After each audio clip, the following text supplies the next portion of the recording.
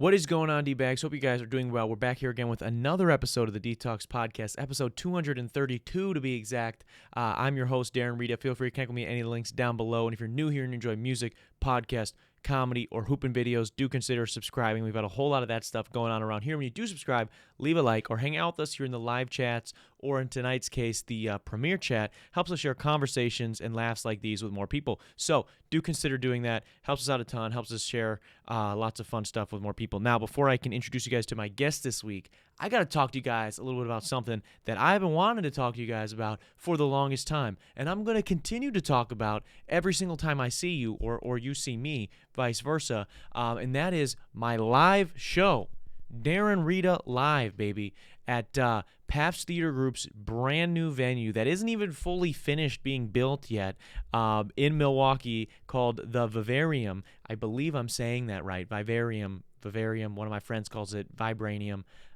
It's going to be insane. It's going to be awesome.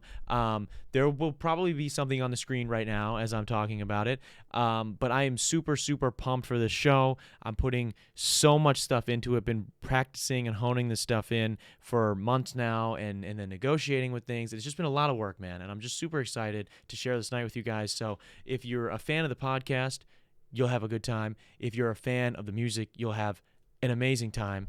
And I want to see you. I want to see you in person. I want to shake your hand. I want to serenade you. Serenade? Is that how you say it?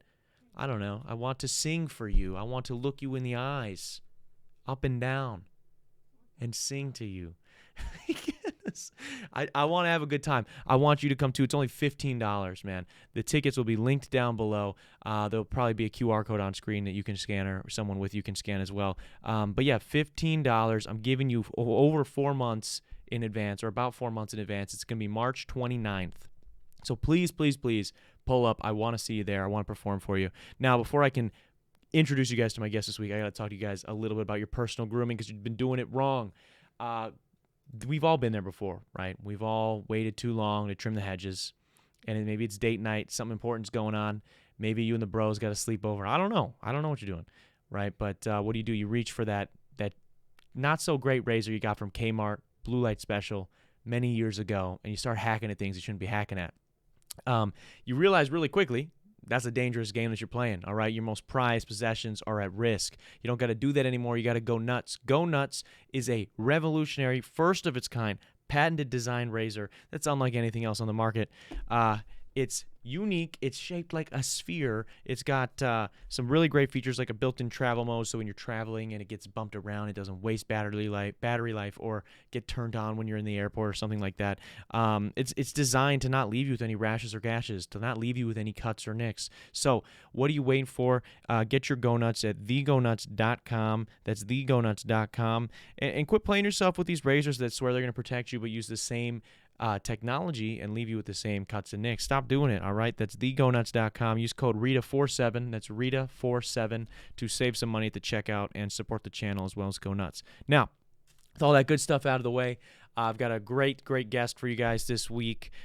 He is an owner of the Comedy Cabin in Janesville, as well as a comic himself. Let's give a whet detox welcome to Nathan Clemons. He's here. The episode will air after that. I'll fade out. There'll be some cool music or something. Who knows? Welcome to the Detox Podcast. Yeah. Yes, welcome to the Detox Pod, where we don't know what the hell is going on. Yeah, welcome to the Detox Podcast. I guess in the field style interview here. We're out here, but we're here. Where are we? I'm here with my guest this week. Let's give a whet detox welcome, if I didn't already say it, to Nathan Clemons. Is here, man. Yeah, thanks for having me. Thanks for coming down. Yeah, I do. Thanks for having us right now. I mean, me and Salvador are here. We're tucked in darkness right now in an interesting but beautiful basement here. Yeah, well, that comedy should be in a basement. Yeah, You yeah. should have to go down something, whether it's an elevator, stairs, man, woman, whatever. You should have to go down on something to see good comedy. Yeah, that's a good way of looking at it. But we're here in Janesville at the Comedy The Cabin. gem of the Midwest. Yes, the booming metropolis. Yeah, that's a great way of looking at it. I actually lived here in Janesville for a couple of years. We can get to that in a minute. But we're here at the Comedy Cabin, which is your own comedy club. Correct. Yep. Opened in January last year, coming up on a year. Which is crazy, man. Congrats Thank on you. that, because it's wild. And we were talking a little bit before we started recording here that you actually been doing comedy for about 3 years and some change. Yep. And already a year into owning a club. So like Yeah. that's a huge different leap. And we'll get to the club thing in a second, but I want to start then with you getting into comedy for yourself, because I know when you had reached out, you'd seen some other comedians that on the show, and Correct. and we kind of connected that way. And I was like, oh, you own the club? Like, I've heard great things, blah, blah, blah, blah. And you're like, yeah, I do comedy too. And I'm like, oh shit, okay. So this guy's doing it all. So when did you get into comedy? What was the reason, I guess, that pushed you finally? So I got into comedy about 3.5 years ago. I'm in my 30s, if you couldn't tell by my hairline. And I always loved it. Grew up in truck stops, truckers handing out old Stanhope tapes, watching Comedy Central, just in the truck stops waiting for my dad to shower. That sounded weird, but it's true. Yeah. But I just grew up loving it. Was too scared to do it. Very much just was like, hey, you finish high school, you either go to college or get a job. I just got a job, just did that. That's what you do. You just work. Yeah. And then when the pandemic hit, I had been doing my day job 15 years. So I was like, God, I want to try something, do something creative-ish. Like, I'm going to give this a shot. And so I finally, I happened to read Sam Talent's book, Running the Light. And I'm finally like, fuck, this like, it's very much a like don't do stand-up book, but it really romanticizes the road, which is something I love and miss. Yeah. And I just started it. Went to my first open mic at a Tuesday at High Note. Shout out to Evan for putting on that open mic forever for a lot of us. Yeah. And yeah, from there I just started doing comedy and started pretty much doing it every chance I could. And then once I'd been doing it 8 months, I don't want to say I got good because I was not good. I was gonna say, how was that first mic? Oh, it was not good. It's Yeah? one of those things where it's like you get two. I mean, it was a summer. It was in the summer, so it was still. Have you been to High Note? I have. Yeah. So like the sun was still out. I went second, and like the sun was still out. That's and a weird time for comedy. It Yeah, the very sun's much still is. up. Yeah, that's why it should all be downstairs. So there's Exactly. You no can't tell. windows. You have no time perception Yeah. down here. Yeah. But I needed more stage time. More places were closing because it was the pandemic, so I started producing my own shows. And at one point, I was running 21 shows in a month. That was only 1 month, but his on and off for a year, anywhere from 10 to 21 was the most. Where were you? So like when you decide, like, are you just like sitting around with a couple other comedians, like, you know what? Let's start our own comedy show. Like, how did you decide? No, it's really just me out here. There's one other comic in the county who's like working, but otherwise it was really just me. And I mean, don't get me wrong, like my friends and a lot of them, in Milwaukee, like they were the people I was booking, especially because I couldn't cover the time myself. Yeah. But it was really just more of like, go out there and make your own stage time. Yeah. So I just started sending emails to anybody and everybody who would listen, and I started running shows from north of the Dells in Mauston, Wisconsin, down to the western suburbs of Chicago. What's the best style place to like host a show? Is mostly like breweries, pubs? Like, where are we doing these? So at? I still run a brewery show in Mauston. It was the first show I even ran at Okay. Gravity Box Brewery. Great family, great room. Every comic wants to play it. We do it once a month in the winter months. That sells out. Yeah. With all the time. It's never not sold out. It's such a great room. The audience is there for it. But what makes it great, man, is even if it's a $5 cover charge, something so they have some skin in the game. Yeah. A place that turns the TVs off, right? Like, don't schedule, like even for the club, when I schedule Thursday shows, I'm making sure that there's not an NFC North team playing Yeah. for Thursday night football, right? Yeah. It can be a little hard with baseball and basketball because there's so many games, but you try to not have them be on nights that there's something that people are going to want to Like watch. a big game. Yeah. You don't want to be ambushing people. You don't want kids eating spaghetti, Yeah. and then all of a sudden someone wants to go up there and talk about their taint. Yeah. Like, so expected comedy makes a world of difference. That's Yeah. the biggest thing. Yeah, it's almost like priming the audience a little bit, right? Like, it's like, I feel like comedians in general, especially online, it's something you hear all the time about, like, context. People are always like, Yeah. oh, you took me out of context, right? And sometimes people give comedians crap for that. But if you really think about it, like the context of comedy, like I don't want to just throw a random show together in the corner of some restaurant, some family diner, while people are trying to do whatever. What you're doing sounds a lot smarter, where it's like, let's make sure we're going to set this up in a way, in a place that is going to make sense for everybody. So yeah, and don't get me wrong, there was a few that, and we would only do it once if it happened. There was a few that ended up being the case. Yeah. Like I vet them, talk to them, and then you get there and it's like, oh no, we can't turn those off, or oh no, nobody told the manager about this, or what do you mean we don't have a microphone? Yeah. Like I'd always have everything in case, but yeah. God, that would be hilarious if you show up, you're just yelling stand up. God, I've had that happen where really it's something happens to the mic or the power goes out. Wow. I did an outdoor show in Elmhurst, Illinois, where they put us behind a train. They put us in this courtyard after saying we'd be inside. But like, oh, it's so nice. So the owner thought it'd be fun to be outside. And comedy outside is the worst. And they put us in front of a train track that goes by every. Is active. Yeah. Active is the best way to put it. Yeah.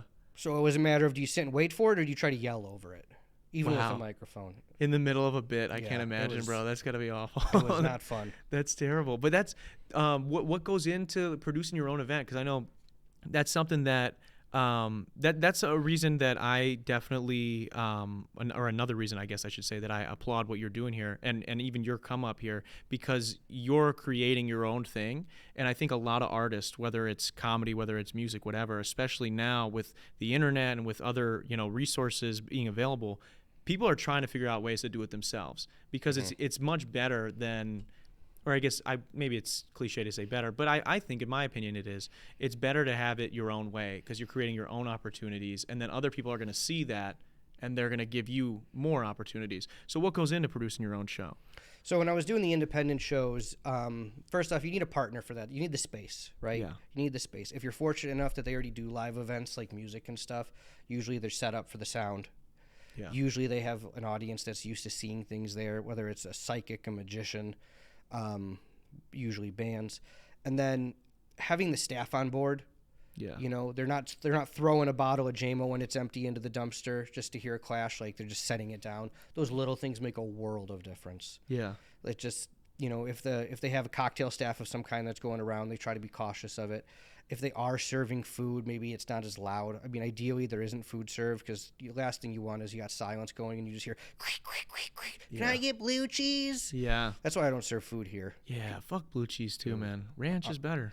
Yeah, I agree. I'm not, just in general though. Like, I know. I know. I'm just saying, man.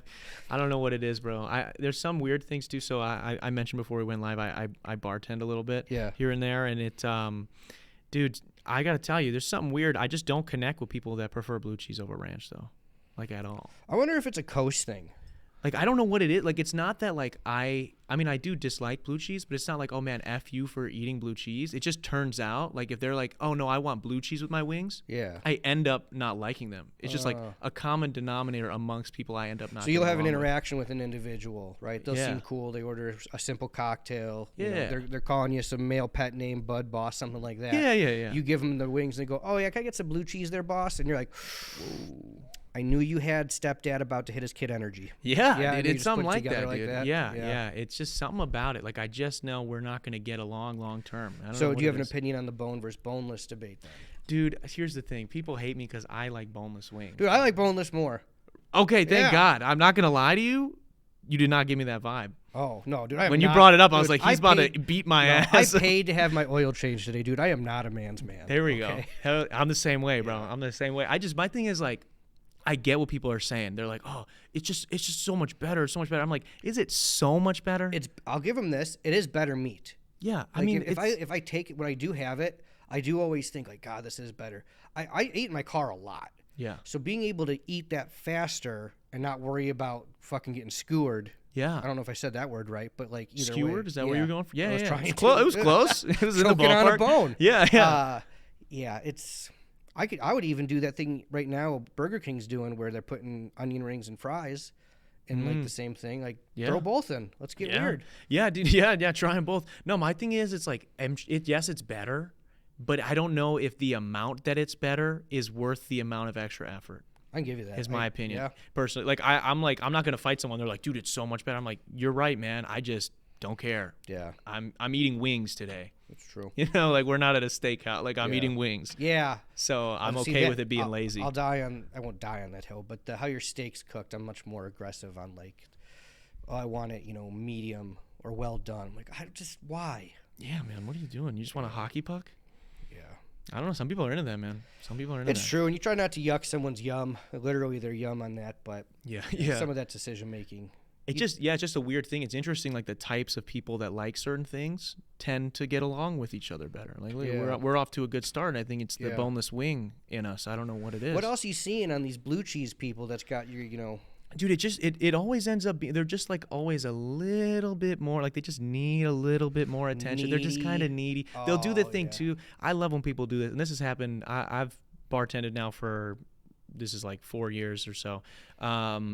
This happens all the time where people will, because they know like sauce, places charge for sauce now. That's like a thing. Like if you get bunch of extra sauces, like I gotta charge something. Yeah. All right, it's not up to me. That's the way it is.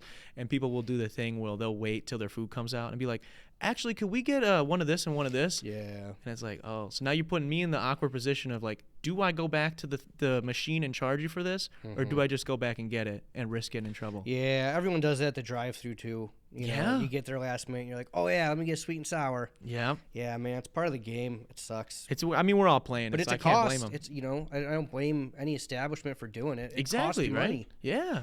Yeah, it's just no like, such thing as a free lunch. yeah, no, 100%.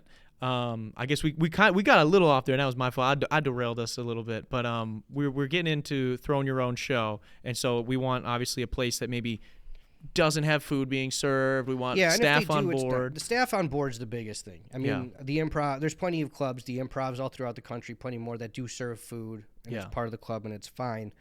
But having the staff on board, world of difference. If Yeah. they're being loud with the regulars, or they're not willing to kind of be like, hey, John, remember we have the show going on, to the guy that's always getting the hiccups, getting shit faced. Yeah. Like, so those are the big things, you Yeah. know. I mean, that's really it. Like, if you feel it, like, you ever have a teacher growing up that was good, and so because they cared about what they were teaching, whether it was the fucking Roman Empire or algebra, it's like, well, you were passionate about this and it was contagious. Like, Oh, yeah. when the staff's on board and having fun, it helps the audience feel that way too. Yeah. Especially if you're on a random thing, if you're playing a brewery in Huntley, Illinois, and it's the staff and 6 other people, it could still be a good show because everyone's on board. Yeah. Versus if there's 25 people and the staff doesn't give a shit, now you're fighting with everybody just to get attention, and that's no fun for anybody. Yeah. Well, and having worked in like the restaurant industry in general, and bar industry, I feel like I would be excited. Like I would be kind of happy that like something cool is going on, that like I'm gonna get to hear it too, and hopefully if you are staff, I mean, people are gonna be buying drinks and so you're gonna be getting paid out. That's the hope. And even if, I don't know, I don't know, you're gonna have a moment to just listen to what's going on, which is kind of fun. I think it'd just be a neat change of pace if I was someone working an event like that. Yeah, so I was doing so much of that a couple people started suggesting like opening my own spot. Mm-hmm. I was like, I don't know. And then it just kind of like maybe. I was looking at opening Rockford because it's about the size of Madison, and I'm like, it'll be far enough away from Madison. Maybe I could get a bigger size because there's nothing in Rockford. There's nothing in Rockford. They occasionally do theater shows for comedians, Burt Kreischer, Tom Segura, at the big theater. But that's like once every 6 to 9 weeks maybe. Yeah. And those are huge names, right, where they're going to be playing a theater no matter where they go. Yeah. So I'm like, well, a club, 200 to 300 seater, that might be kind of the move. And every time I found something, the city would have something to say about it. Really? They'd be like, well, you can be here, but you need to serve this much food compared to liquor because you're within this many feet of gambling machines. Really? Yeah. If you I don't know last time you were down in that area, but if you go down 251, it's all slot machine. That's what I've heard. Yeah. Yeah, It's that's pretty all crazy. it is. It's lemon cars and slot machines once you get into Illinois. Well, that's what we were joking about this before we went live. I'm from Twin Lakes, and you're from Pell Lake, but we're right on the border. Yeah, between Wisconsin and Illinois. And I know like Richmond, Illinois is like Yeah. that. Every spot's got a section. Gas stations have fucking games, and in that's them. how they're getting people to stop in. It's insane. It's their whole. Yeah, it's wild. Then I had a kid. He was born, his lungs weren't working. He's fine now, and he got sent to the special hospital in Madison. And the distance from Madison to here, I live here in Janesville, is the same distance from Janesville to Rockford. It's like 40 minutes, right? Yep. Yeah. And for the first time in my life, I'm like, oh, making these drives suck. Where before I'd be like, if I'm not producing a show, I'm going to drive to Omaha, make $12 in a drink ticket, lose some money, meet new people, work on the act.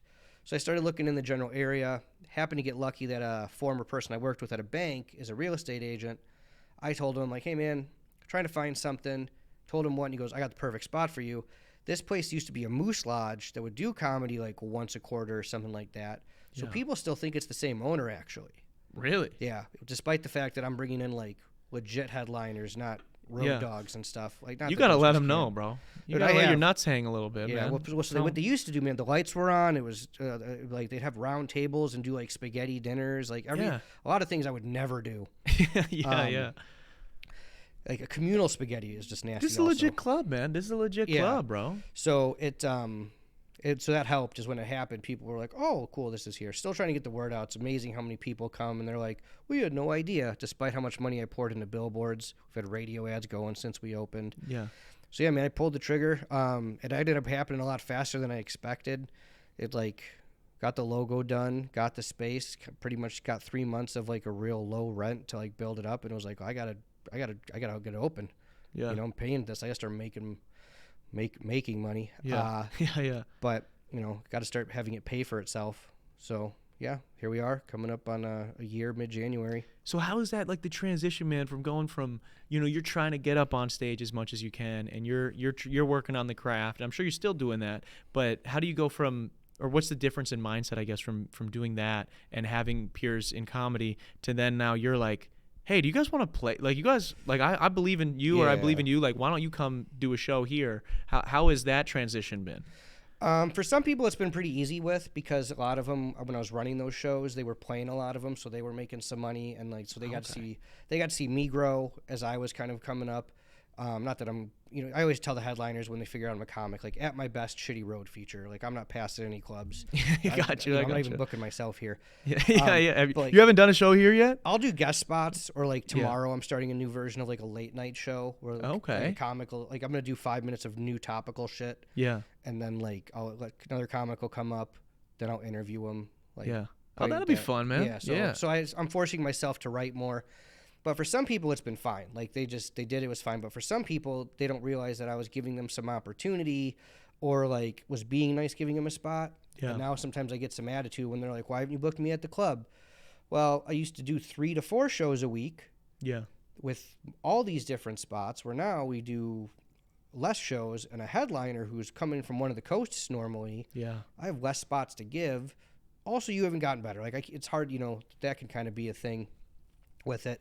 But I was fortunate that I got to, because I was willing to travel, you know, for some areas, I got to meet a lot of good people. So for some of the booking, I didn't have to deal with a lot of agents and managers right away. A lot of people were willing to vouch that I at least put on good shows and saw what I was doing by myself. Yeah. So that really helped kind of get the word out pretty quick. How has it been dealing with agents, talent managers? Yeah. Dude, when you guys were setting up, I was reading a rider, and I don't get many of them. Yeah. Do not get many of them. But this one was like, prefers healthy food, possible sushi with brown rice if possible, edamame. I'm like, dude, this is Wisconsin. Do you like know nothing about the area you're coming Janesville, to? Wisconsin, man.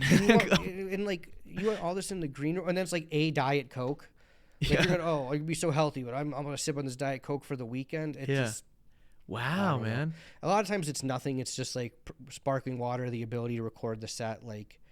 But this one really, it had specific walk-up music requested. I've never had that before. I understand. That one, that's kind of interesting. But I've never seen it. I've actually just never seen it.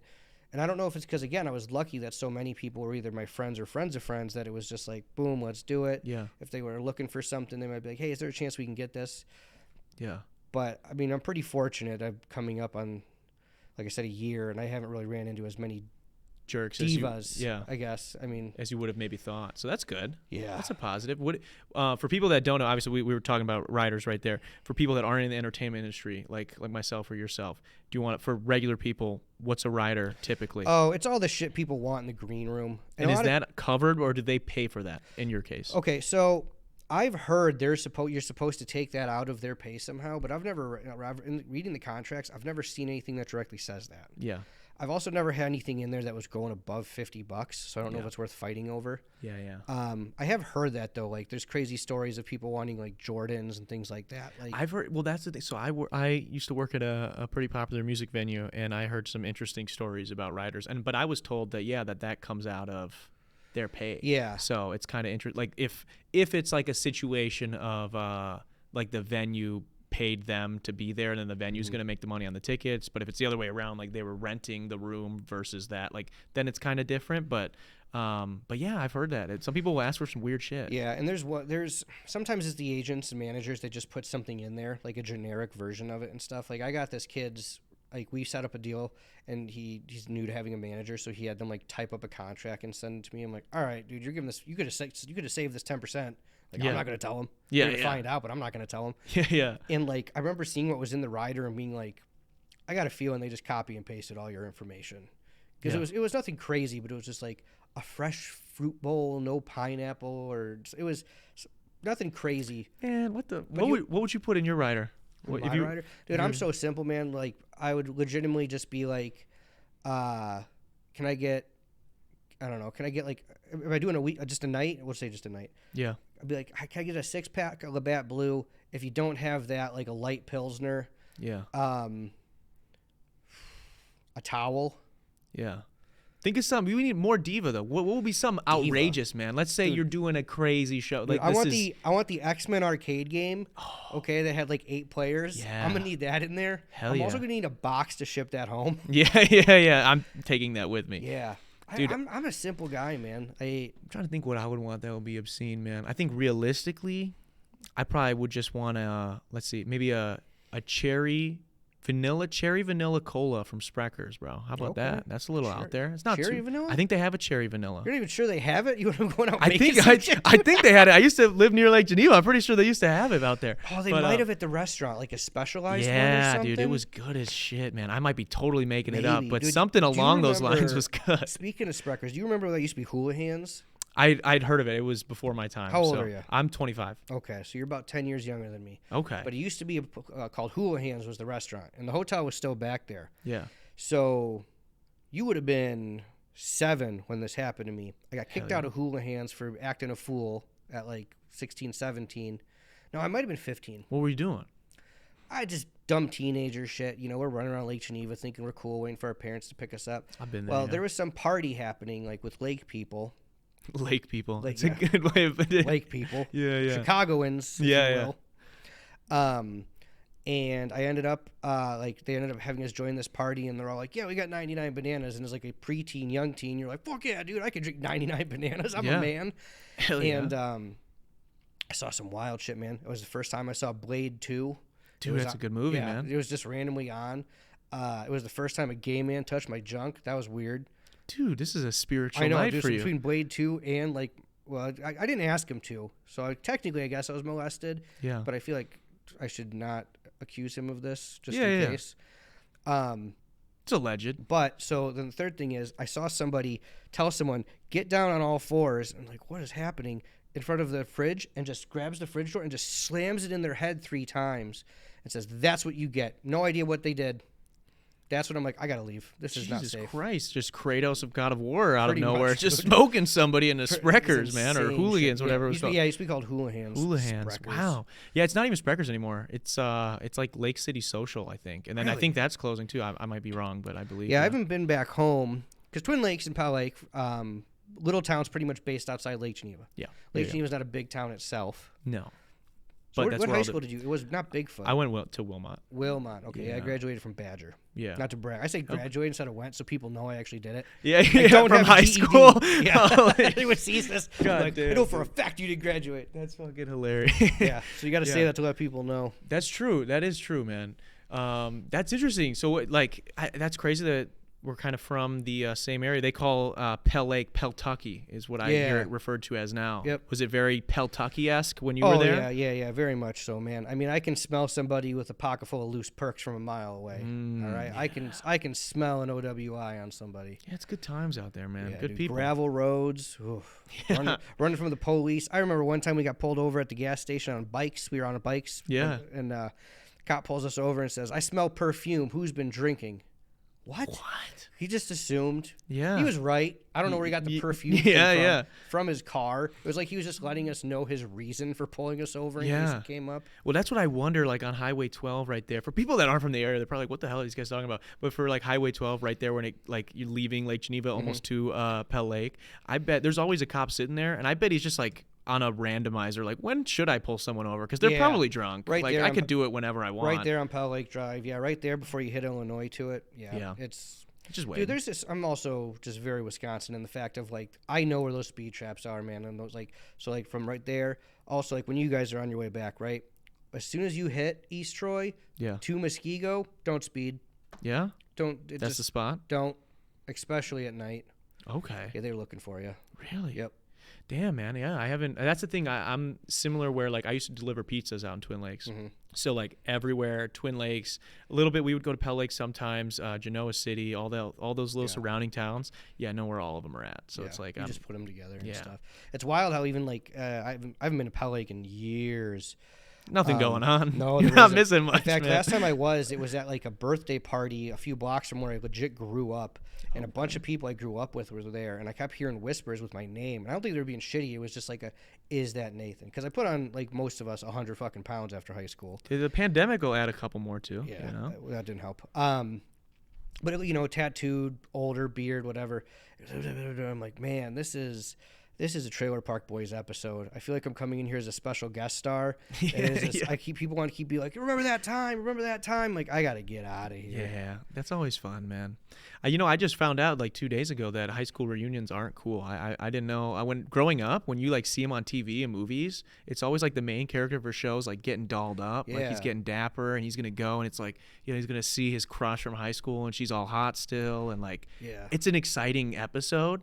And then I was talking to somebody, and we were like, first off, we haven't had one, and I think I've been out of high school now for like 6 or 7 years. I think 10 is the normal. That's what, I feel like that's too soon. Like, I would probably consider going, I sound real fucking greedy, I would probably consider going to a 20, because that's coming up for me soonish. Yeah. To kind of be like, hey, all of you who might live within 45 minutes of this business Let's go. Yeah, pull up. Here. I got cards. 10 years ago, I probably would have been like, yeah, I manage a bank.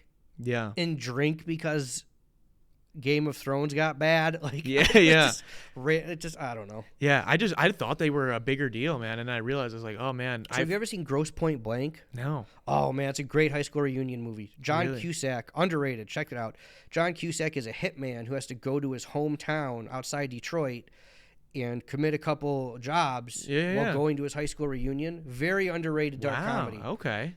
Yeah, that Highly sounds like recommend it. Yeah, I thought that they were like more fun, and then I realized kind of where I was from, and I was like, oh, and I found out where like other classes do theirs, and it's just like at a bar 2 minutes from the high school, and I'm sometimes like, it's usually your class president that I think decides that. Yeah, well, or I don't know. Somebody has to take charge of that or something. Not enough people run, man. I don't remember voting, but apparently somebody's in charge of that. One of the bartenders here, man, his grandma was doing a class reunion. He asked if we could do like a discount for him, and I'm like, we don't have an elevator or a chairlift, right? There's class of 64, so we do a promo code class of 64. 6 people showed up for the show. Good for them.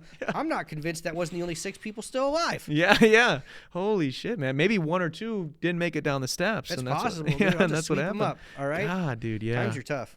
Yeah, times are, man. So we're here now. We're in the comedy cabinet. Now you're booking acts. You're booking even some of your friends. Has it been in the scene for you going from an act yourself to now just booking people? I know we touched on a little bit of sometimes people giving you a little hard time because they're not getting spots or whatever. But what's been the best part, I guess, about booking people as an owner? The best part's when I get to actually like work with my friends, because I used to see them all the time between open mics and shows and stuff, and like now that's when I actually get to hang out with them.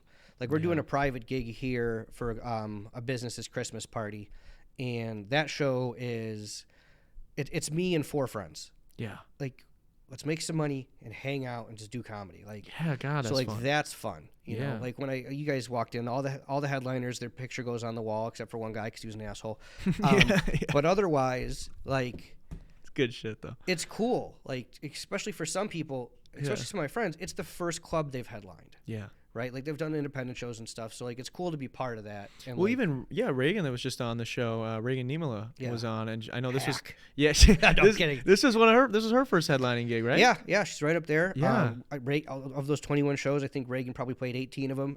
Yeah. Every show I did, she was on that first go-to roster. Yeah, she's amazing, man. Yeah. So I mean, it's really cool that you're getting to provide that opportunity for people that you kind of have come up with and you care about. I think that's really interesting. What's something that maybe comedians don't know and don't maybe understand, it seems like, from your perspective of being a club owner, that maybe there is some butting heads with their frustration that they just don't get, and you're like, you wish they understood? How much everything truly costs. Yeah. It is, yes, the margins on beer and alcohol are like high and stuff, but the cost it's huge. Yeah. The insurance costs, like, especially when you haven't been in business long, when you have booze, is astronomical. Yeah. Once you have so many employees, you have to have unemployment, insurance that comes out of everything. So when it's like, oh, this club can pay more, they can do this, can you? So, we used to have to pay roughly $500 per headliner just to help cover flights. Flights have went up. Now that's going to $750. Wow. That's not including that you're having to pay for hotels. Okay, Yeah. certain times a year, they know that hotels, they raise those prices. I always joke that I run this place like a nonprofit. Yeah. Because I ain't making no money, because any money I do make has went right back into it. And just because sometimes, like, summer was rough, we didn't expect summer to slow down so much. Yeah. And, sometimes you think a headliner you're paying some money to they're gonna draw. If we flew them out from LA, you're like, oh, they have all these credits, people are gonna know them, and then you get unlucky that it's the fair weekend, but you can't not be open. Yeah. So and now you're pulling out of pocket, or for me, selling my comic book and action figure collection to keep the lights on. Really? Yeah, so it's it's. I mean, I always knew that, like, especially for the first 2 years, it was just a matter of stay open, get it right, do it right, Yeah. and then it's the field of dreams. If you build it, they'll come. Yeah. Just do that for 700 days, it'll happen. Yeah. So I wish more people knew that it's, unless you're truly established or have money behind it, it's not easy, and it's expensive. Yeah, man. I mean, it's got to be, expensive. and especially it's got to be kind of hard too, because this is like, because you love comedy, Yeah. and then so it's like, people don't really understand. I mean, even I know for myself, right? I do a media company, and it's like I love making videos. I love doing internet stuff as well as making music and whatnot. But when you start making that into, or when you do turn it into a business, then there's all these other things you got to do that can kind of, especially when it comes to money, or people kind of acting like assholes, whatever, it starts to take a little bit of that love out of it, man. You're like, dude, stop. Like, I just want to love comedy. I want to build a space that's cool for comedians to come to. Yeah. But yeah, it's difficult, man. Yeah, it definitely can be. I mean, some of the funniest people I know, like, they don't have 10,000 Instagram followers, Yeah. but, like, they should. Yeah. And they're just one clip away from that happening, Yeah. especially in this day and age. Yeah, dude, for real. Honestly, it's kind of wild. As you've been now doing the club for, we're almost at a year, you said? Yep. Almost at a year. What's sort of the biggest thing you're looking forward to for the next year here? We're much more prepared for, like, everything. So even when it comes to negotiating prices with the talent, and, like, we're not doing any repeat headliners yet. So, like, just getting different people in. I guess I'm still a fan. Like, I'm getting to see the act Yeah. with all the different people. More and more people in the town and city and the surrounding areas are hearing about us. So just watching it grow, hopefully, getting more sellouts, being better prepared for the summer slowing down a bit. Yeah. And me and my buddy Corey, we're also doing a festival May 1st through the 5th. So we're doing shows here Wednesday through Sunday, doing some shows at some of the places I used to run independent shows at, doing a couple shows with Big L Productions and their team.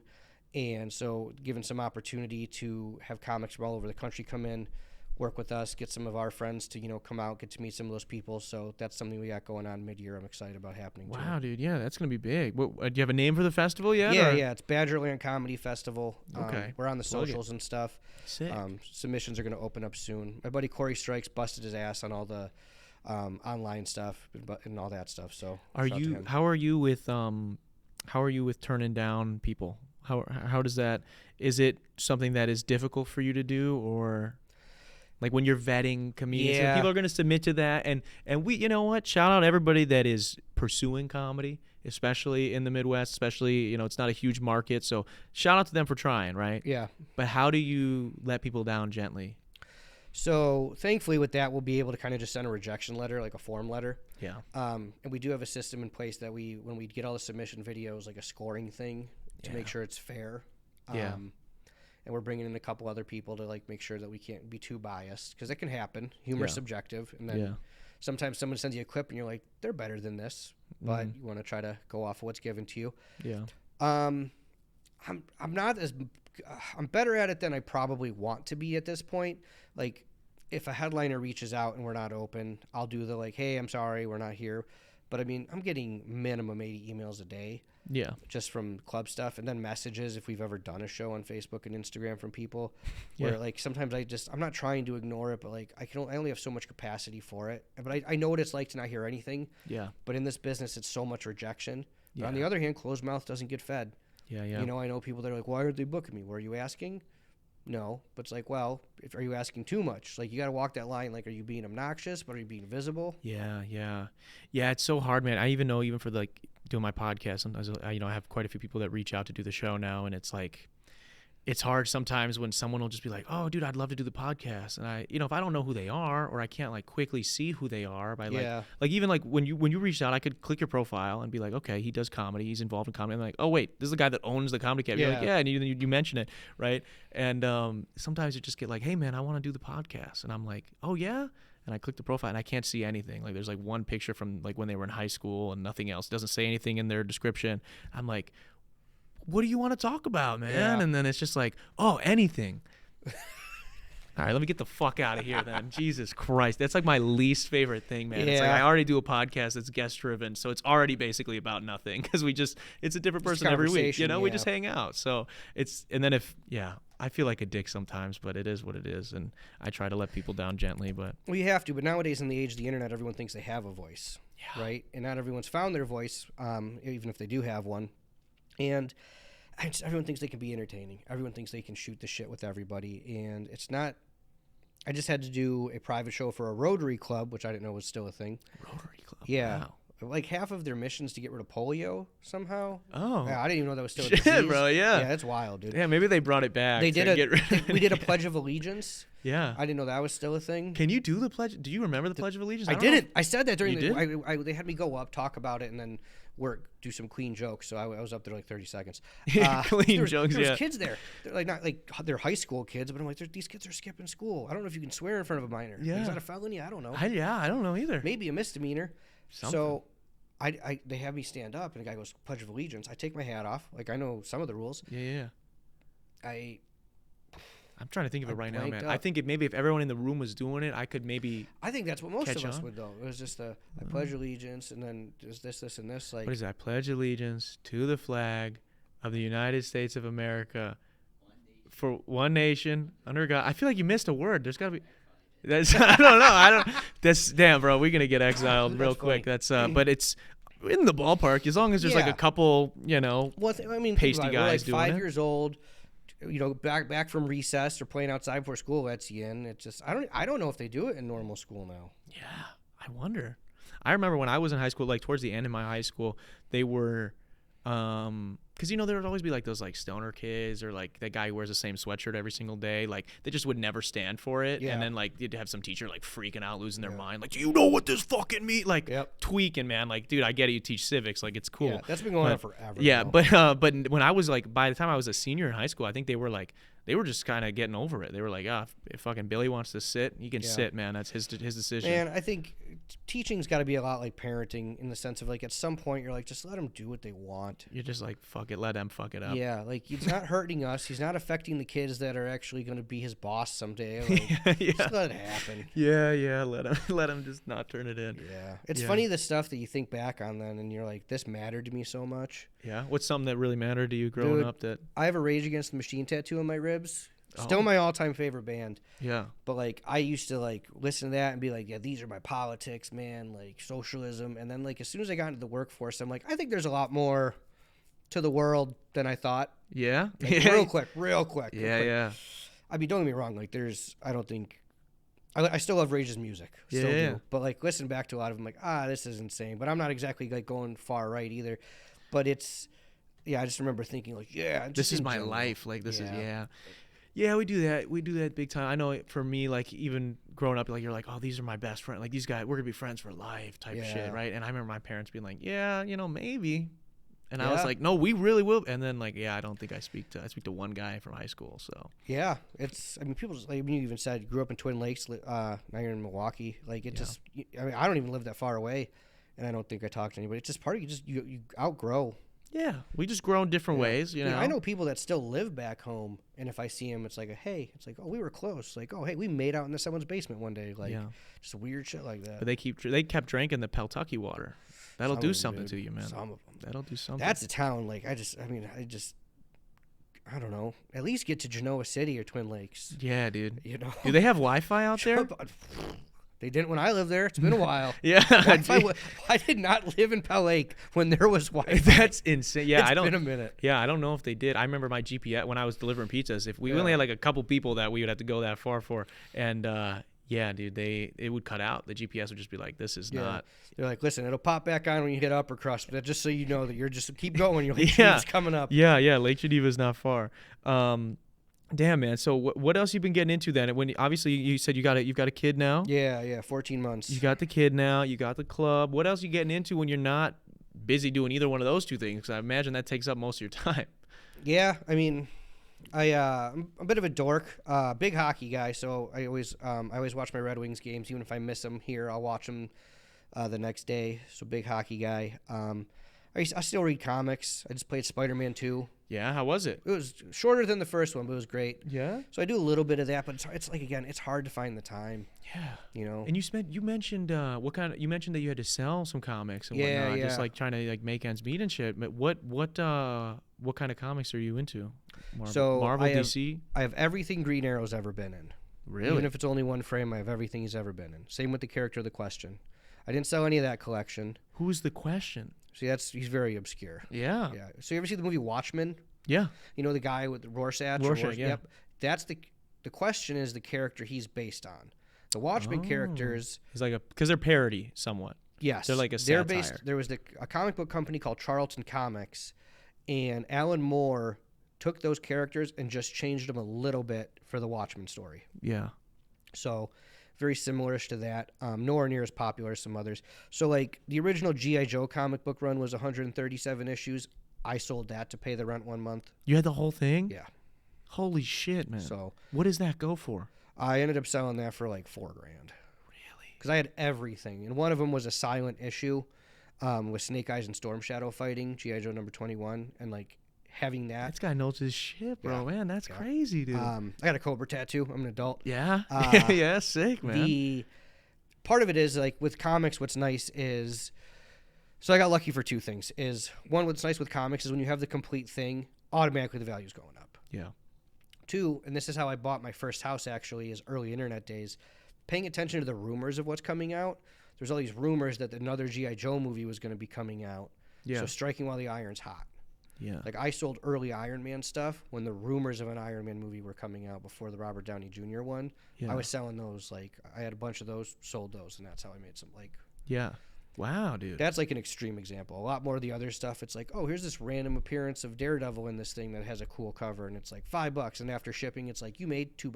Yeah. Yeah. So Sure. sometimes it was more like that, and then it's like, well, I paid $4 for it years ago. So Yeah. sometimes it's more of a cash flow thing. Who were your favorite characters? And so it was the Question. Yeah, the Question and Green Arrow are my Green favorite Arrow. characters. And who is Question? Is he DC as well? DC. Yep. Okay, because Yeah, connected to Batman and Green Arrow. is he a villain or a, No, he's a hero? he's a like. What's he do? I never heard of him. Yeah, he doesn't have superpowers. He's Oh. like a journalist that hides his face and just Ask good fights questions. in the streets. Yeah, pretty much. Okay. I love the Ninja Turtles. Classics. You ever Yeah. watch the what was it? The Secret of the Ooze? Oh yeah. Dude, I only have that one. I think this is like the second in that Oh, yeah, it is trilogy. the second one. Yeah, and Yeah. I had that movie growing up, like just that one, and Oh, I yeah. loved the shit out It's of so that good, movie. dude. They like that fight scene in the mall. Yeah. Yeah. I mean, they've remade the like Teenage Mutant Ninja Turtle stuff a few times, but I kind of like the puppets, man. Oh yeah, dude. The first one's my favorite movie ever. They look good They too, do. because they're a practical puppet. Dude, practical effects rule, man. Yeah. Yeah. The first one rules. I mean, otherwise, I'm one of those guys that you could call like a toxic fan, I guess, for a lot of the Marvel stuff now. Where I'm like, listen, I don't care if you gender swap, race swap, female lead, just do it good. Yeah. Just do it good. I think that, I mean, everybody's kind of saying that now, though, with the new Marvel films, with the way it's just been. The quality's just done. Yeah, it's been real sad. I mean, Disney, I think, just reported that their like uneasiness going into at like a shareholders meeting because of all of their properties just sucking. Because they're bad. Try. Yeah. Care. Just, yeah. Everyone's talking about this Godzilla -1 is apparently amazing. This new Japanese one. And it's because, like, just again, you're hearing about somebody who cares about the source content. Like, it doesn't always need to be just like tongue-in-cheek pandering. Yeah. Like, you can do something and show you care. Well, yeah, and I think the other thing too with Marvel that I know has been a little tiresome for people, like Iron Man was my favorite character in the in the MCU. I just thought Robert Downey Jr. Yeah, mine was Rocket. Okay, yeah, Rocket's great too. But just RDJ's like a phenomenal cast. Yeah. Like obviously he is Iron Man. Casting is rarely the issue with these movies. And he's perfect, and so like I loved him, but I think like somewhere along the line they were like, all right, we don't really have anybody who is grabbing as much attention, and we don't really want to risk putting like a new type style in. So we'll just make everybody kind of talk like Iron Man. I think that's right, man. I think you nailed it. Yeah, and it's everything like, why? Felt just enough of like, let's have everyone be just a little snarky. Yeah, let's have a Marvel brand of humor. Yeah, yeah, that really became a thing. And it's kind of sad, man, because it's like I think it worked best, especially with like the original cast, because they all were like, because Tony Stark was Tony Stark. Yep. And you have then the straight and arrow of Captain America, and then you have banners of Time Bomb and all this stuff. And it's not that Chris Evans couldn't draw, or Chris Hemsworth as Thor isn't going to draw for movies. Yeah. Chris Pratt for the Guardian stuff. But by the time Guardians ended, we knew it was going to end. Yeah. Right. James Gunn got his trilogy, and it's great. That trilogy was good too, man. Thor 4 is a huge steaming pile of shit. Yeah. It's so bad. You know what's fucked up? Salvador, who's here with us today, he'd never seen any of the Marvel movies, and I was so excited for that one because 3 was amazing. Because Ragnarok was amazing. It's so good. It's a phenomenal movie. And I was like, dude, this is gonna be good. I was like, we got an extra ticket. Like, come with us to this. Oh, I'm sorry. And that's the first and only one he's seen, dude. It's so bad. I was like, God damn, man, why did we do this? How did you not see any of them? I would be like one question I'd want. Like, how do you see none of them? Yeah, he just was never into the comic book I guess stuff. I get that, but like I don't know. They're so like, bam, here it is. Yeah, but yeah, that was the first one. So that was it. Yeah, it was tough. But yeah, we just went through this stretch where it's just been now. It's like, you gotta try, dude. Like I heard and Taika Waititi, who's a super talented guy who did 3 and 4 for Thor. I heard that like I forget what percentage of the script was just improvised on set, and it's like, we can tell, man. Yeah. A little bit. Like, just try going with the plan. He strikes me as a guy that believes his own ego too much. Where it's like the talent's there, but you're believing it too much. Yeah. And I feel like when you are that guy, you either just lose it or you just keep, I mean, hit or miss. You could say that about a lot of things. But like, I think Tarantino's that way. He knows that he's fucking great. Yeah. But Tarantino's also not missing. But he's also not saying yes to a Marvel movie, or let alone a sequel. Like, he's doing his own thing, so it's his thing. And I think Takiti, or whatever his name is. Yeah, Taika. I feel like if that's what he did, that could be the thing. Because he didn't write Ragnarok, he just directed it. Yeah, he's made some like great films. I forget that he made like some satire vampire movie back in the day. That was like his big break. Like What We Do in the Shadows. Yeah, and that shit was hilarious. Yeah, I've seen clips of that. funny. It's so funny. And he's done some other stuff too. He's even directed. I've seen him act in like some commercials and stuff that have been really good. But it's like, yeah, I don't know. I was just really let down by that because I loved Ragnarok and was like, dude, like I think it's up there, one of the best MCU films. So. Yeah, oh, definitely. And they just wasted you having Christian Bale as what could have been a great villain. I heard, they left a lot of his scenes, didn't make the film, so it was bad. Kind of silly, man. But yeah, I get. Who's your favorite in the MCU then? I guess. It would be Rocket. Yeah. Dude, my favorite scene hands down is when Rocket gets on Groot in the first movie in the prison scene. Yeah. Says, "Oh yeah," and just Groot starts screaming, "I am Groot," and they're just shooting people. Yeah. That's also Bradley Cooper, which people forget. I Which nobody just shows knows his that. range. Yeah. It's just like the snarkiness. If I have to go non-animated character, probably Robert Downey Jr. also. Yeah. Like, it just consistently carried it. Yeah. And like, I grew up with the X-Men and Spider-Man movies, like we had a little version of that. Could never dream it would be so big. Yeah. But I mean, that really because Iron Man was a little more obscure, right? That was really the like, oh, this might be a thing happening when that came out. Like we might see these more wild movies. Yeah, I think it's just been tough for them, and there's just so much now with the Disney Plus shows and everything. Yeah, it's like man, that's what people it's just sludging content for the sake of content. That's what people joke that it's a little bit like homework now because It it's is like homework. Because it's like I just want to know. That's what me and my girl were gonna go see the Marvels, which I heard is doing terrible. And Yeah, I actually heard it wasn't the worst movie and that's come out recently, but it's just so boring and not exciting that it's like biggest flop since Yeah. they started. And so like that's we were gonna go see it like 2 weeks ago, but we literally stopped watching Secret Invasion like 4 episodes So it was in. bad too. Because it was so hard. It was hard to get through, man. Yeah. Like usually, like even if they're not like great, like you can. There's something going on that's. Hawkeye was not great. I could get through it. Yeah, it was all right. Like there was enough going on where I was Yep. like, this is interesting to get through. But no, dude, we literally stopped. I don't know how many episodes in, and I'm like, we're gonna need to know what's going on to like fully appreciate and it shouldn't this. feel like homework. It Yeah. shouldn't. Like I'm a big believer that every movie unless it says part 1 or 2, you should be able to go into a theater and through context or at least a few sentences or whatever's happening on an early credits thing, be able to put together what's happening and just this is the story. Yeah. But they're so built on world building. We're doing this. And who knows now? The dude looks like Jonathan Majors, who talented actor, but sounds like he's gonna be in some trouble. Yeah, it sounded like he maybe did some bad stuff. So. Like 2 days ago, I think that like something came out like during the dispositions or something. Like it's not looking promising. That's not good. Yeah, Yeah, I heard that's why they kind of I don't know. I did watch Loki season 2, which was good, Yeah. and they had a line in there that sounded like they gave themselves a chance to just write him out if they need to. Yeah. Which is kind of interesting. But yeah, it just.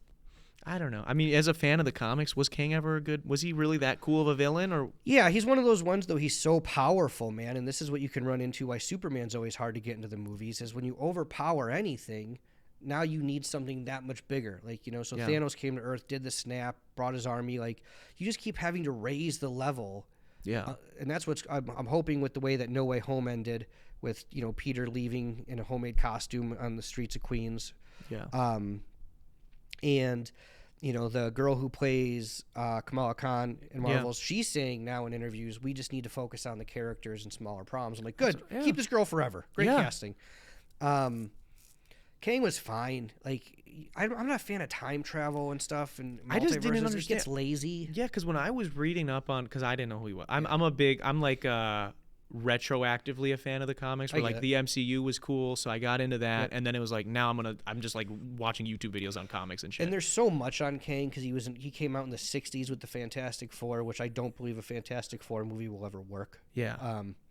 But like as soon as the time traveling and multiverse stuff, it gets confusing, it gets lazy. Like, so it was not a character that I was convinced that they were going to do well. And then when you introduced He's not him, scary though. He's not scary. Like the actor did a great job, I thought, in his scenes. But it's like from what I read from like synopsises of the comics and stuff, he just loses over and over again, and then goes to a different time or a different version of him shows up. So he's not like actually like there's no reason I should be afraid of him. pretty much. And that's always the problem when there's a lot of history with the comics is the good guys usually win. Yeah. It's very, very rare they don't. But it doesn't help also that the way they presented these characters is first we met him as kind of meek, he who remains in Loki, where he's just sitting there with the apple being goofy. Yeah. And then in Ant-Man 2, He gets bodied by some ants, bro. yeah, you had insects beat your ass, And Paul Rudd, like, and everyone loves Paul Rudd, but that movie no was one. bad. Yeah, he didn't kill nobody in the Ant family. Not one single character You of don't the. think Michael Douglas got throat cancer from eating snatch, okay? He's had a good life. Yeah. You can't off Michael Douglas? Yeah, you can't get one of them out of here. Michelle Pfeiffer's in here because she electrocuted herself as Catwoman somehow. I don't know. I couldn't follow. Yeah. Like, it just didn't make any sense to me, they man. didn't set him up like remotely well. Well, yeah, and with like Thanos, it was always like, even though it was like super, super vague. Like I know some people like to But like it was pretend. anonymous at least. Yeah, Ooh. it was like, oh well, who is it? And then all the pieces came into place. And when he showed up, the stakes were immediate. Yeah. Well, he beats the shit out of the Hulk. He beats the shit out of like every Asgardian that's Yeah. left, which is they're gods, and Yep. then beats the shit out of the Yeah. Hulk, beats the shit out of He Loki kills and Thor. Luther, Idris, or Stringer Bell. I'm just Yeah, calling yeah. actors the names of people Yeah. they played. Yeah. Idris Elba. Yeah. Yeah. Stringer Bell. Yeah, he killed. Yeah, he immediately. You're like, oh shit! Like I don't know who is gonna Yeah. make it out of this. You know, Yeah. and there's stakes. And I remember listening to the Russo brothers who did. I think they did Civil War, Winter Soldier, and then they did both Infinity War Correct. and Endgame. And their biggest thing was like with characters like this, how you were talking about when it gets bigger, you have to make things bigger. Their biggest thing was there has to be stakes, Yeah. or else it's just two guys flying around in the sky. And who gives a shit? We know who's gonna win. That's exactly. That's why Civil War and Winter Soldier are so good, because it's like there's these built-in relationships. Someone's gonna go away. Yeah. Even the Spider-Man movies, like no one remembers Peter. Yeah. Now he's on his own again. Well, like, there's stakes to the film. Even if you think about it, if you really look at Civil War, like that movie is the reason Thanos wins. If the Avengers aren't broken up, I Yeah. think fucking Tony Probably Stark and Captain America can figure that guy out. maybe. They almost got him on Titan. So if they had everybody else, I think they got his ass. Maybe. You know? So it's like there's actual consequences to Yeah. actions. Now it's like you watch I was just watching one of these Star Wars Disney shows because I'm a huge Star Wars nerd too, and these are way more like homework, bro. And now people are getting stabbed in every one of these shows and coming back to life, bro. And I just know Qui-Gon Jinn is somewhere rolling around like, what the hell is going So on? you're out here waiting for that Mace Windu reboot. Yeah, I mean, it might as well happen All at it this is point. the secret invasion cutscenes with Yeah, the robe. the ones I missed. That's what it's gonna be. That's all it is. Dude, Ahsoka was so bad. I haven't finished it. That's what I'm like 3 episodes in, but that girl got stabbed I know. immediately. I loved Rebels, because like also I do accept that these are for kids, Yeah. especially the cartoons. Like Of I course, can live with that. yeah. I You can can live you with can that. acknowledge that as a Like man. Clone Wars and stuff. Like Yeah. not even just like I get it, but there's a point with some of the Star Wars stuff also. I mean, all of this Disney stuff. At this like, you can tell this in a way that like it still services everybody, and like we're gonna care and not like preach about anything. And you know what's crazy about Disney is they know that they're some of the best. They've done it the best in the past. Yeah. Like if you watch some of these old Disney classics, bro, like you will still be up there having tears in your eyes, and you're watching some kids movie. Like what the fuck? Yeah. Soul was like a great film. Like I didn't see that one, but I heard someone told me it'll make you cry, and I'm like, Yeah. well, I'm good. like all these, I don't know, all these movies. Tangled was great. Like they know how to make great stories. The Lion King. Phenomenal. Yeah. Like I don't know, man. They're half-assing it, bro. And then all they're just the blaming money it grab, on man. Yeah, they're blaming it on people, and they're trying to not. All you these like- big companies are trying to not pay actors and shit. Do you like Andor? Andor was great. I like actually. Andor a lot. Yeah, they let them do their own thing. I think that was a huge part of it. Also, I didn't feel like they were forcing in other Star Wars stuff. Like they weren't trying to force in the Skywalker family or Jedi stuff. No. It was here's a story happening in the Star Wars universe. Yes. And I think that was one of the reasons it was good. Yeah, and I just think too, like, I don't think that the people that are in charge of when they want to bring those other people, when it's like, okay, we're gonna do Skywalker Yeah. shit, do these people not watch the movies and they direct it? Like, what are we? I sometimes I wonder if they don't, man. Like that's Like, is that like they're like, oh, we want a fresh take? Like, well, maybe just give them the cliff notes so they know like what you can and can't do with the Force and shit. Because, Yeah. you know, Leia doing the Mary Poppins shit in that one film, especially like she already died in Yeah. real life. Like that was kind of the moment to write her out. Like they did it with T'Challa in the Black Panther movie. Like you're Yeah. not gonna. Oh, don't be started on that shit. And that was, and dude, don't get me wrong. I thought the Black Panther film of the most recent ones was one of the better ones. It you was thought a little Wakanda messy. Forever was good? I thought it was better than anything else that's come out recently. All right. What was your problem with that one? I thought the way they changed Namor's history to make it fit in the MCU Yeah. was okay. Previously, though, they had said that Wakanda was landlocked in Africa, so that made no sense all of a sudden that the ocean was going to be like right there for him. That's fair. Yeah. That's yeah. me also just being maybe a stickler. Yeah. Yeah. I think they should have just recast T'Challa. Really? I think they had not done enough with the character. You could have been like, listen, we're always going to respect Chadwick Boseman, whatever. Like, we're going to respect Chadwick. We're going to donate this much of his salary or this much of our sales to colon cancer research. Yeah. Now no one can complain about who's recast.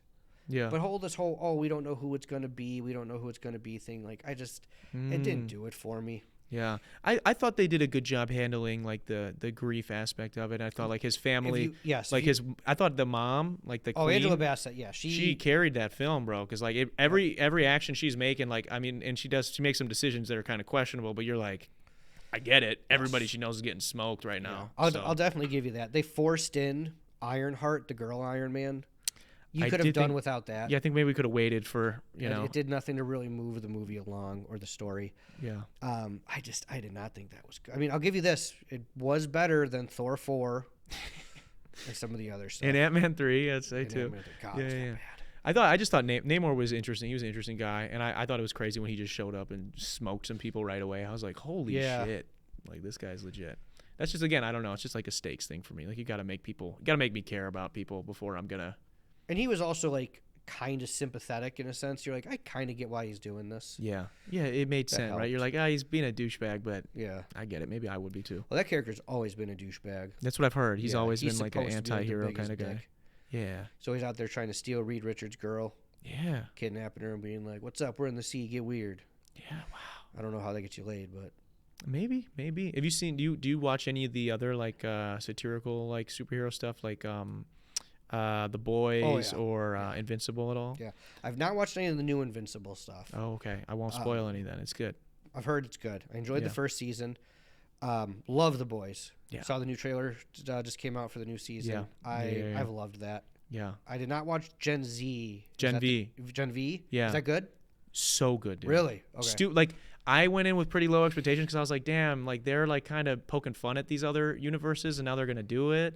And no, it was a great show. Good. All Like right, full and full. Like I was like thoroughly entertained the entire time. Fuck yeah, I'll give it a shot then. It's hard to find time to watch shows, so I like gotta know it's gonna be worth my time because I also like once I start something I want to finish it. Yeah. That's when sometimes I'll start a show like that ends after 4 or 5 seasons because I'm like I know there's an end. Yeah. That's one thing I also like about like they used to be the cable shows, Showtime, HBO. Historically, when a show ends with them, they planned it. Yeah. You know, you get a Breaking Bad type ending or something. Like it's not just like, oh, bye, Yeah. canceled. It's not like, oh yeah, we just rode this until it was dead, and now they're making us Yeah. cancel the last season halfway so through. I try to follow that. That's fair. Man, we got into some nerdcore stuff there for a minute. I enjoyed it. I want to see where we're at There for are zero time. females listening. Yeah. They all left when we brought up comics, so it's okay though. We're at the hour mark about. What else have we not touched on? Either that's going on in the world, going on with you, or anything else you want to get off your chest? Questions for me before we wrap. Darren, I got a feeling that we can figure out this Palestine situation. Oh Jesus, Can you imagine? dude! I'm just like, holy. All right. Yeah. Ukraine, I don't know. Yeah, I just know another I know country. nothing about all that. Good. Yeah, I know yeah. zero about That's all good. That's that's good. That's good. That. I don't know. That's good. I know nothing about any Me, of that. yeah, me either. I mean, I try to be on the. I just love people, man. Can we just be all nice? Just yeah. be nice. Yeah, can we just be Everyone nice? should watch Roadhouse. I've never seen it. I don't know what that is. Jesus. Listen, homework. Roadhouse. Roadhouse. Gross Point Blank. Okay. Roadhouse is a movie. It's actually being remade with Jake Gyllenhaal and Conor McGregor. But it was a movie with Patrick Swayze where he was a bouncer in a real rough bar. Okay. And he comes into town to clean it up, but he's good at karate. Okay. Yep. That's the movie. And his big thing is be nice. Be nice. Tells the bouncers when people are in here and they're being a problem, be nice. It's not hard, man. Just be nice to people. Just be nice to people, man. What people should come to the Comedy Cabin. Yes, People should come to the please. Comedy Cabin. Yeah, shows every Friday, Saturday, most Thursdays, Yeah. occasional other ones. But yeah, support local shows, music, comedy, whatever. you know. Absolutely, man. They can't outsource us, but we can't stay open if people aren't coming. Bring your friends. True. We try to keep everything affordable. You know, Yeah. $20 tickets, $10 tickets, drinks at the same price they are at your local bar. We're not gouging anybody. Yeah. What I was gonna say, comedycabin.com or what's the Cabinlaughs.com, Comedy Cabinlaughs.com. Cabin on all the social medias. Nice. We're Very not cool, the man. Comedy Cabin in London. I would hope that people wouldn't confuse that. People are dumb. Yeah, that's Some of true. them see that and they're like, I think we lost that war. Yeah. We I had a similar thing. My dad owned a pizza place for a little bit, and it was Big Al's Pizza. And people would look it up, and they'd be like, I put an order, or they'd come in and be like, I put an order in for pickup, and we're like, no, you didn't. And they'll show us the number they called, and there's a Big Al's Pizza in New York, and we're like, you're a dipshit. You know Yeah. that, right? Like, That's we'll make wild. you the cheese pizza, but like, it's gonna be 10 minutes. Like, chill. Yeah, that's.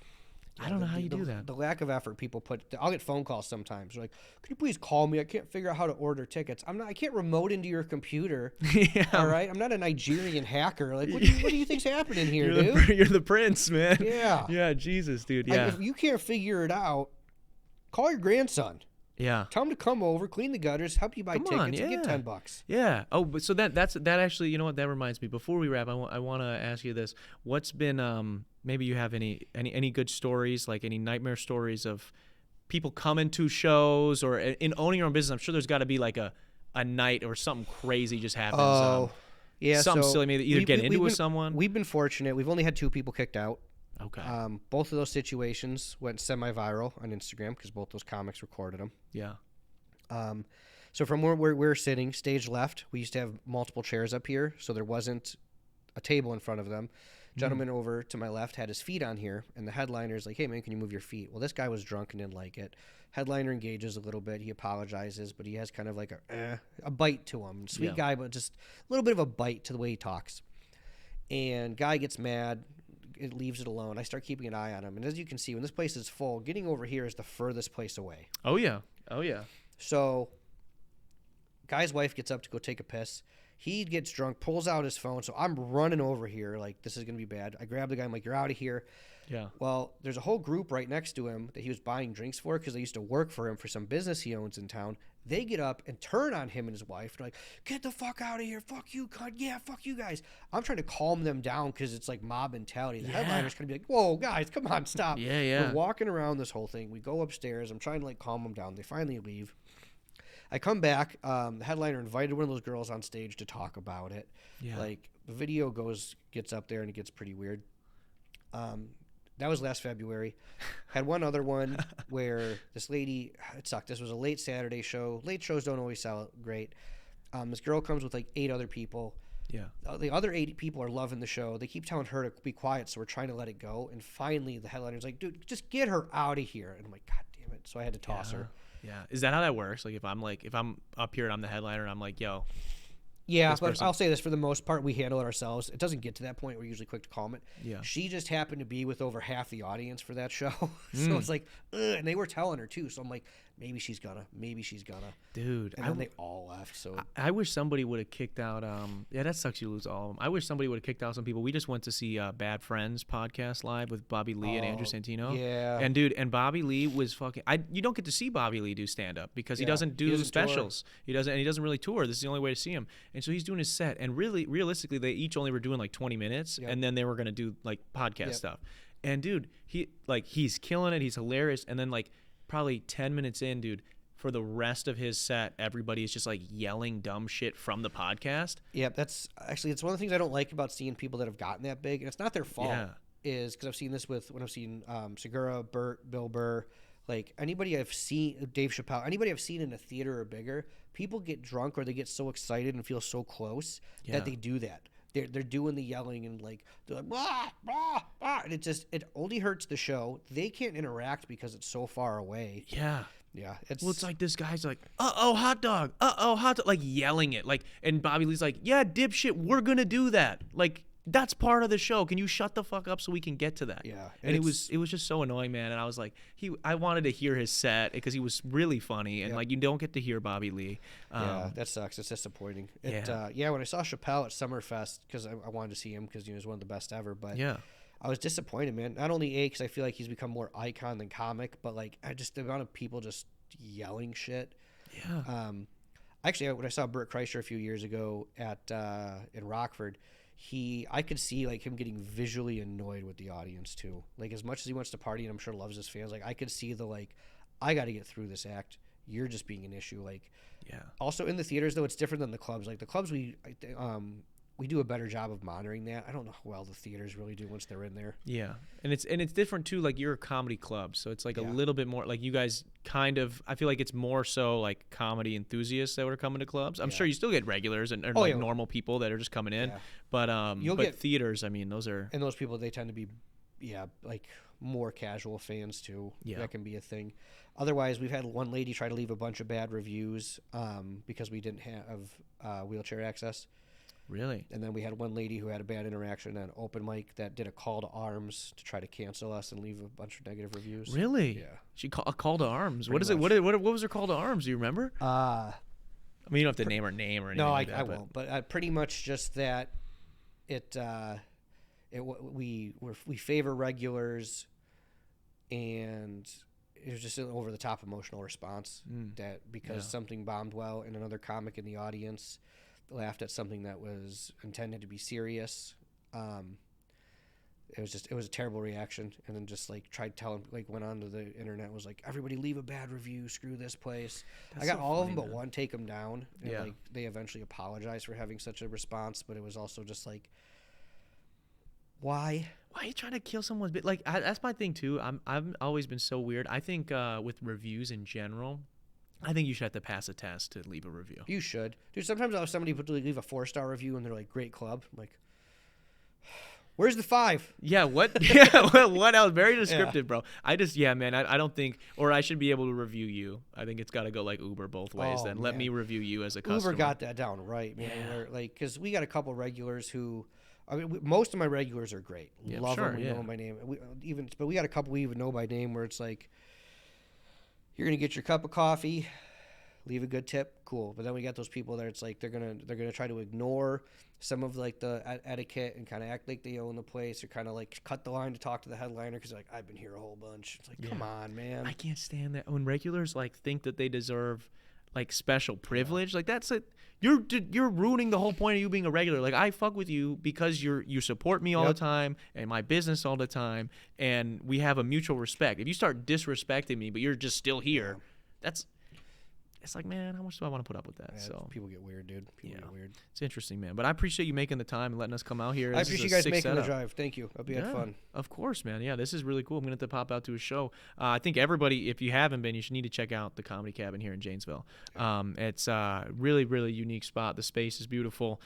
Stage is beautiful. And you're going to have some dope comics coming up. So I think that's super exciting, man. And I applaud you for everything you built here yourself. I think you should be really proud of it. Thank you. I appreciate it. Of course, man. Quickly, as I wrap up, I just want to say thank you to everybody who's tuned into the live premiere, as well as those that are listening or watching days after over on Spotify or here on YouTube. Also, say a quick shout out to our patrons. They'll be up on the screen right now. If you guys are interested in getting behind the scenes access to extra podcasts, extra footage, as well as a series where I break down how I mix, master, record every single one of my songs, go to patreon.com/DarrenRita. Help support the channel for as little as $1. With all that stuff out of the way, also, I guess a quick shout out to Go Nutz for sponsoring another episode of the show. This has been the 200, and this will be the 32nd when this one comes out. 232nd episode of the Detox Podcast. I will see you guys next week. Peace.